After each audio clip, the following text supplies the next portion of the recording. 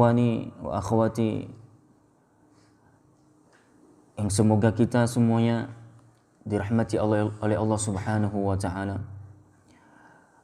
Pada kesempatan kali ini, di dalam kajian rutinitas kita ba'da subuh, sebagaimana biasanya kita akan coba menyampaikan beberapa hadis yang dinukilkan oleh Imam An-Nawawi rahimahullah dalam kitabnya Riyadhus Shalihin, di mana di dalam pembahasan kali ini kita akan melihat hadis-hadis di bawah tema disunnahkan untuk memperindah suara dengan Al-Quran dan mencari bacaan orang yang bagus suaranya serta mendengarkannya. Disunnahkan kita memperindah suara di saat kita membaca Al-Quran, dan juga sunnah kita membaca ataupun mendengar bacaan orang yang bagus suaranya untuk supaya kita mendengar dari bacaannya itu. Hadis pertama dalam bab ini yaitu hadis yang datang dari Abu Hurairah radhiyallahu anhu. Beliau berkata, "Sami'tu Rasulullah sallallahu alaihi wasallam yaqul," aku mendengar Rasulullah sallallahu alaihi wasallam bersabda, "Ma adzina Allahu li syai'in ma adzina li nabiyyin hasanis sauti yataghanna bil Qur'an yajharu bihi." Muttafaqun alaih. Allah Subhanahu wa taala belum pernah mendengarkan sesuatu sebagaimana mendengarkan nabi yang bagus suaranya sedang membaca Al-Qur'an sambil dia menjaharkan suaranya. Makna adzinallah, arti dari Allah itu menguping ataupun mendengar, ai istama'a wa huwa isyaratun ila ridha wal qabul. Makna dari Allah Subhanahu wa taala sangat senang menguping bacaan Nabi Muhammad itu menandakan apa? Ya, karena memang Allah ridha, Allah senang dan menerima bacaan-bacaan yang dibaca oleh Rasulullah sallallahu alaihi wasallam. Jadi makna adzinallah, Allah mendengarkan, dan itu menunjukkan karena apa? Ridha dan penerimaan Allah, kesenangan Allah terhadap bacaan yang sangat luar biasa yang dibacakan oleh Nabi Muhammad sallallahu alaihi wasallam. Jadi orang yang bagus suaranya di sini bisa diambil pelajaran. Di saat dia membaca Al-Quran, Allah sangat senang mendengar bacaan orang itu, mengundang perhatian Allah Subhanahu wa taala lebih kepada kita. Di antara hikmah supaya nantinya kita diperhatikan oleh Allah Subhanahu wa taala, maka sering-sering aja kita lantunkan ayat suci Quran.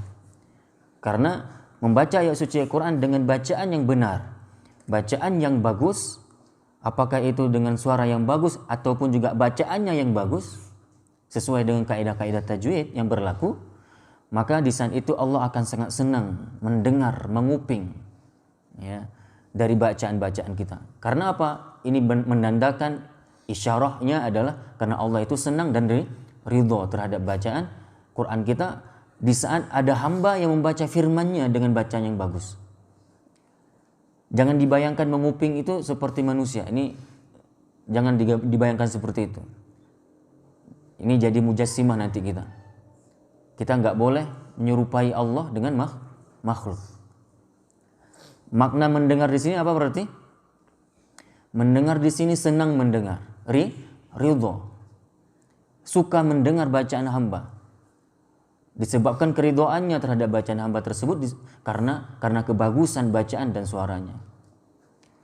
Dan Allah Subhanahu wa taala tidak ada orang yang paling didengar bacaannya melainkan baginda Rasulullah sallallahu alaihi wasallam. Disebabkan apa? Disebabkan kebagusan bacaan dan suara yang dimiliki oleh Rasulullah sallallahu alaihi wasallam di saat membaca Al-Qur'an.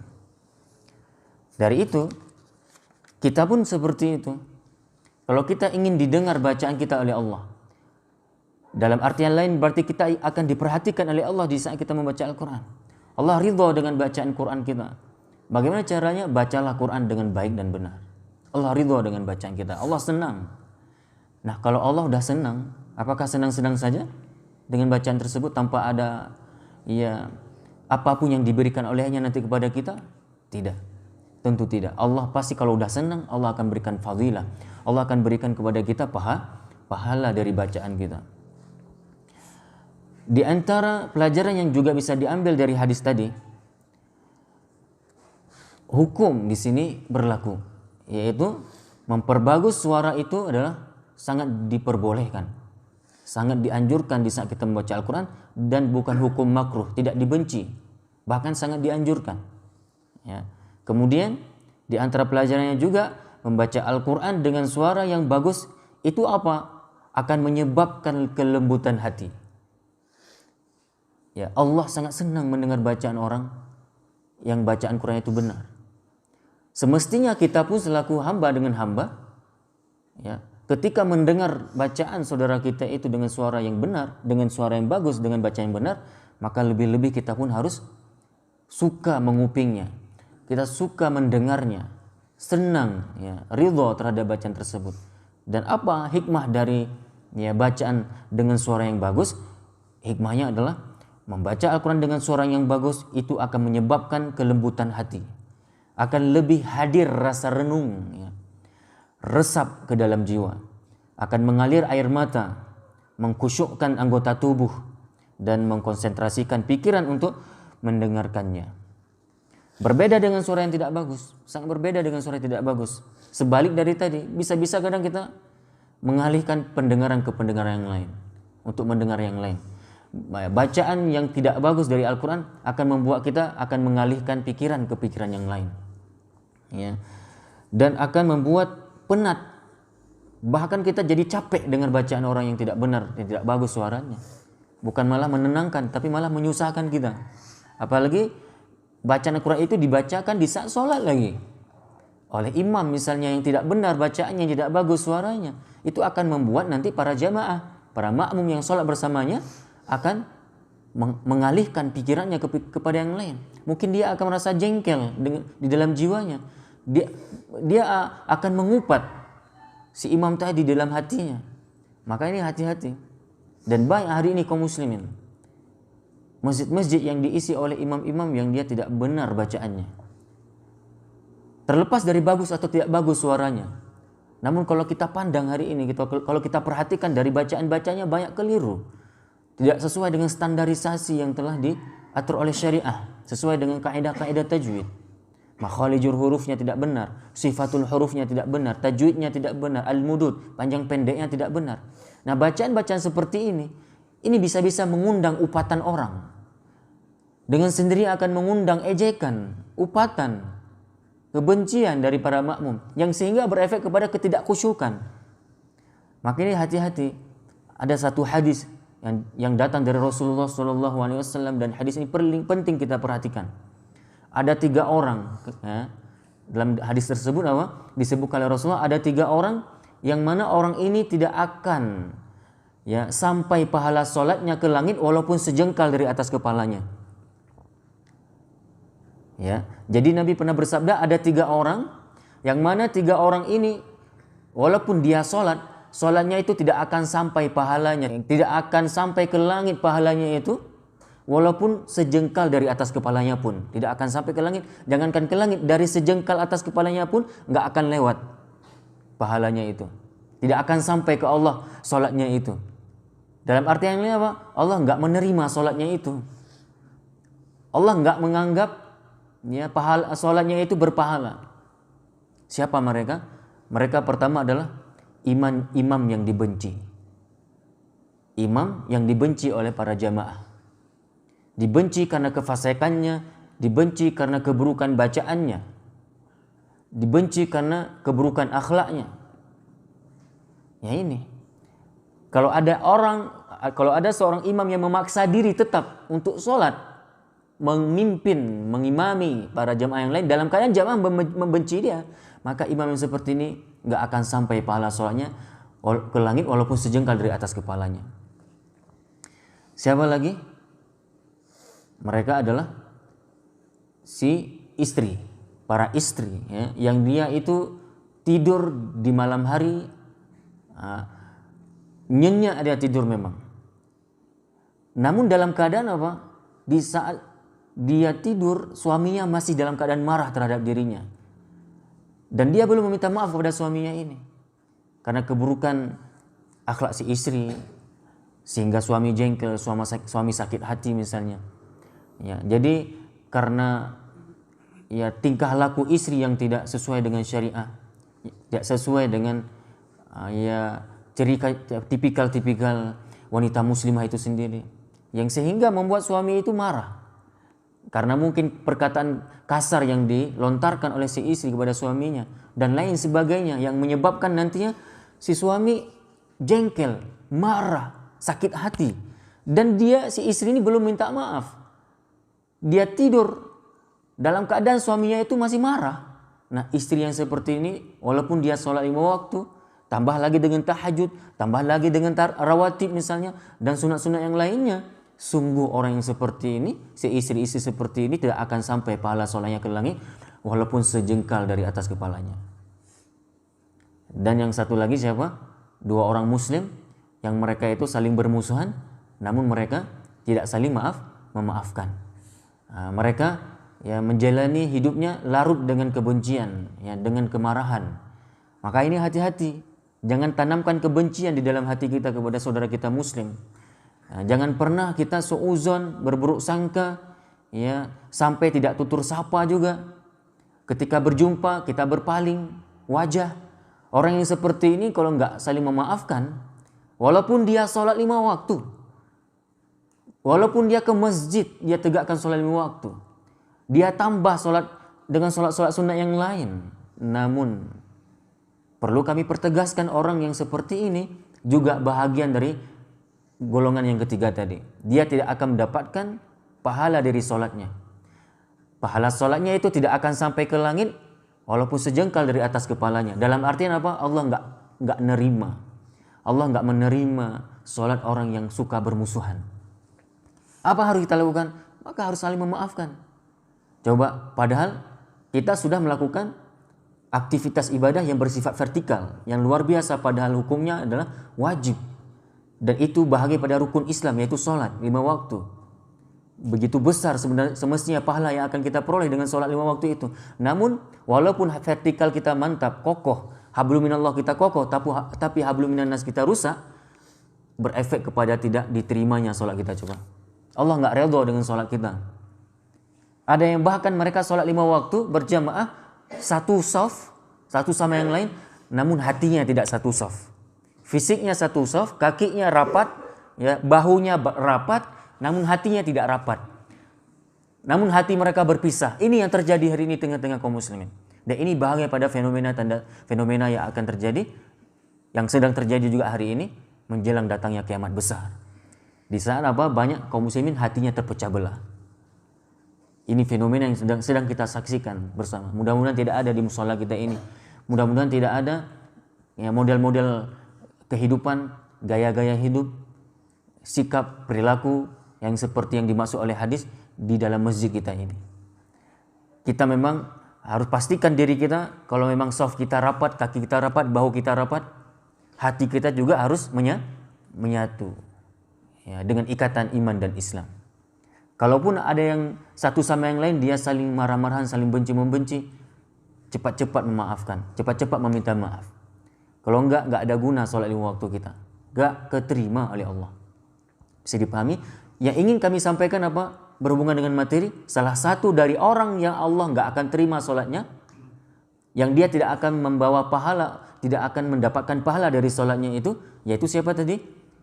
Seorang imam yang dia mengimami sholat kepada para jamaah dalam keadaan dia dibenci. Di antaranya alasannya apa? Karena mungkin bacaannya enggak benar. Ini hati-hati. Hati-hati. Dan Allah enggak senang mendengar orang yang seperti ini. Jangankan coba kita manusia dengan manusia, Allah saja jengkel mungkin dengan bacaan orang seperti ini. Dan bahkan kalau ada nabi di sekitar kita, di tengah-tengah kita, kalau ada orang yang membaca Quran dengan model-model seperti itu yang tidak benar, pasti Rasulullah sangat marah. Dan kemarahan Rasulullah pernah Rasulullah ungkapkan dalam sabdanya. Nanti kita akan sampaikan hadisnya. Jadi di antara hikmah Kenapa kita harus memperbagus suara? Membenarkan bacaan di saat membaca Al-Quran. Supaya apa tadi? Akan menghadirkan kelembutan hati. Tenang jiwa kita kalau kita dengar bacaan Quran yang bagus. Bahkan akan berefek kepada keluarnya air mata, mengkhusyukkan anggota badan, dan membuat kita konsentrasi terhadap bacaan tersebut. Akan lebih mudah hadirnya tadabbur kalau bacaannya bagus suaranya. Dan kalau tidak bagus suaranya, ya sebaliknya tadi, akan sulit menghadirkan tadabbur, renungan, akan dapat membuat hati ini malah penat, bahkan jadi capek kita mendengarnya, tidak teristirahat dengan bacaannya. Ya. Kemudian yang perlu kita perhatikan apa? Diharamkan ini membaca Al-Quran dengan suara yang bagus yang dapat merusak kaidah-kaidah tajwid itu sendiri, yang merusak kaidah bacaan Al-Quran itu sendiri. Ini malah jadi diharamkan. Jadi juga jangan berlebihan. Suaranya bagus, tapi bacaannya nggak benar. Ini nggak benar yang seperti ini. Dia suaranya mantap, tapi dia nggak peduli terhadap kaidah-kaidah tajwid. Kaidah tajwidnya tidak dipakai. Suaranya yang diperhatikan, ini juga nggak boleh. Suaranya bagus, bacaannya bagus, namun berlebihan. Dalam arti apa? Dia telah melantunkan dengan irama-irama yang sudah di luar syari'i, yang sudah menjadi nyanyian gitu. Yang bukan, bahkan orang menjadi senang dengan bacaan Quran gara-gara ayatnya itu, kandungan ayatnya, gara-gara firman yang makna yang terkandung dalam firman itu. Tidak, bahkan orang-orang malah jadi senang dengan suaranya, bukan karena bacaannya itu sendiri. Nah, ini juga bahaya. Ini sudah berlebihan, hulu dalam membaca, sehingga bacaan Quran sudah kayak nyanyian-nyanyian. Dan ini juga bahagia pada tanda kiamat. Sebagaimana disabdakan oleh Rasulullah apa? Salah satu tanda kiamat apa? Banyak umat Muhammad nanti yang mereka, di antara mereka umat Muhammad membaca Al-Quran, dan baca Quran itu dijadikan nyanyian. Ini ada hadisnya. Ya, dijadikan nyanyian. Nah, yang seperti ini pasti tidak dibenarkan oleh syariat. Bagus suara boleh, harus. Berarti kalau nggak bagus suara di dosa, nggak juga. Yang paling penting apa? Yang paling penting bacaan kita benar. Kalau udah benar bacaannya, tajwidnya masuk, dengungnya masuk, ya gitu kan. Ikhfa, idgham, izharnya ada. Kemudian juga segala hukum mudud dia pakai dengan sempurna. Ya, sifatul hurufnya dia baca juga dengan memiliki sifatul huruf. Insya Allah jadi bagus sendiri bacaan Quran kita. Suara-suara kita pun jadi ikut bagus. Karena bagus nggak bagus itu, ya kalau bagus itu kan relatif. Tapi kalau jelek ya pasti nggak relatif dia kalau jelek, betul?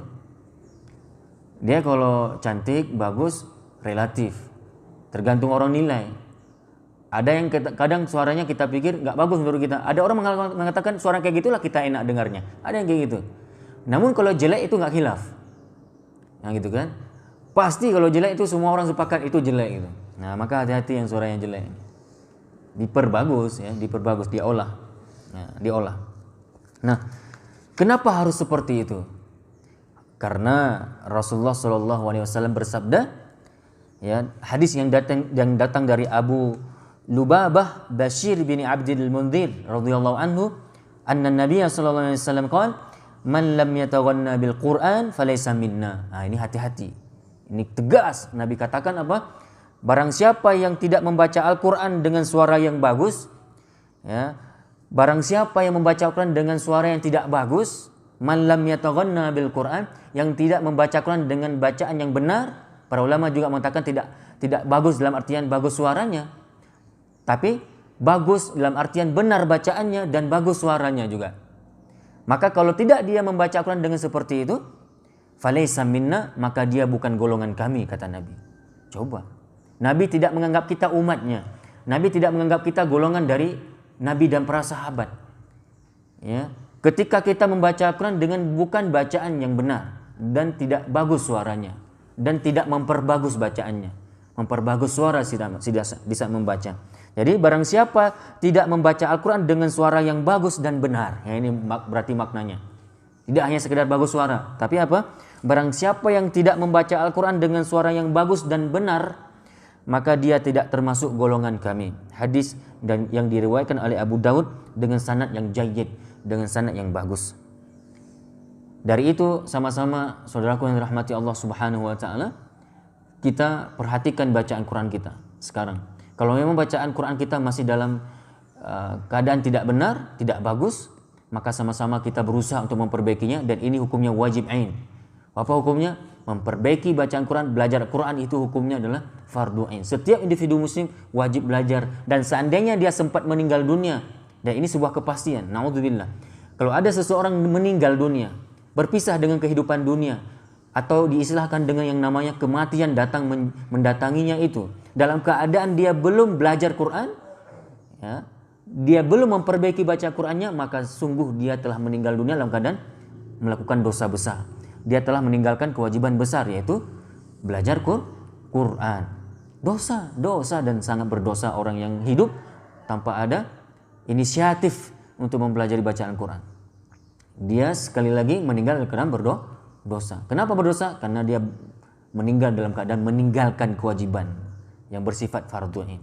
Sekali lagi sama-sama kita ya gerakkan hati kita untuk bermajelis dengan majelis Quran, yang semoga kita insyaallah nanti pada hari kiamat akan diberikan ya fadilah berupa pertolongan lewat izin Allah melalui Al-Quran itu sendiri, sebagaimana hadis yang telah kami sampaikan dalam kajian sebelumnya. Iqra'ul Quran, kata Rasulullah SAW, fa innahu ya'ti yaumal qiyamah syafi'an li ashabi.